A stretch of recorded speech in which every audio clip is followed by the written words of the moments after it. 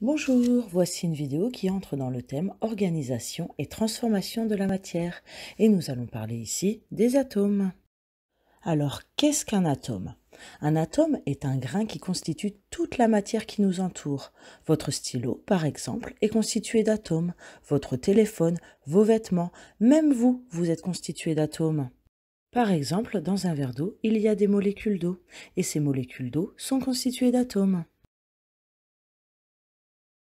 Ici, on a 2 atomes d'hydrogène et un atome d'oxygène. Ces atomes sont invisibles à l'œil nu car ils sont très petits. Leur taille est de l'ordre de 10 puissance moins 10 mètres. Et pourtant, il existe des particules encore plus petites. En effet, un atome n'est pas une sphère pleine. Il est constitué d'un noyau et d'un nuage électronique. Le nuage électronique est constitué d'électrons qui gravitent autour du noyau. Ces électrons portent une charge négative. Le noyau, lui, est constitué de particules appelées nucléons. Ces nucléons sont divisés en 2 catégories, les protons, qui sont positifs, et les neutrons, qui, comme leur nom l'indique, sont neutres. La charge globale d'un atome est neutre. On dit que l'atome est électriquement neutre. C'est-à-dire qu'il y a autant de charges positives que de charges négatives. Un atome aura donc toujours le même nombre de protons que d'électrons. Alors, comment faire pour connaître la constitution d'un atome?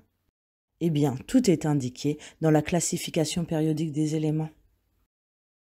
Les atomes, ils sont représentés par une notation symbolique, X, Z, A.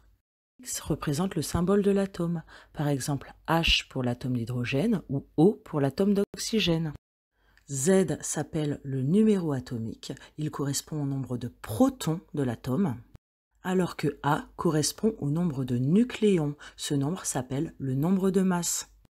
Attention, le nombre de nucléons correspond au nombre de protons et de neutrons. Donc si on souhaite connaître le nombre de neutrons n, il faut soustraire au nombre de nucléons A le nombre de protons Z.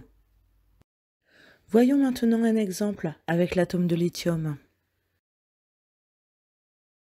Pour connaître la composition de l'atome de lithium, il faut repérer son numéro atomique Z, qui ici est égal à 3, et son nombre de masse A, qui ici est égal à 7. A égale 7 veut dire qu'il y a 7 nucléons à l'intérieur du noyau. Et les nucléons sont divisés en 2 catégories. Les protons, qui sont au nombre de 3, puisque Z égale 3. Et il y a donc 4 neutrons, puisque A moins Z, 7 moins 3, font 4.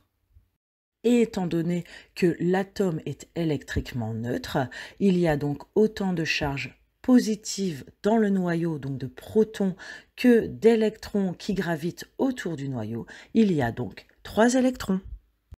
Voilà, vous savez maintenant tout de la constitution des atomes. Je vous invite maintenant à aller faire votre QCM sur École Directe pour vérifier que vous avez bien compris.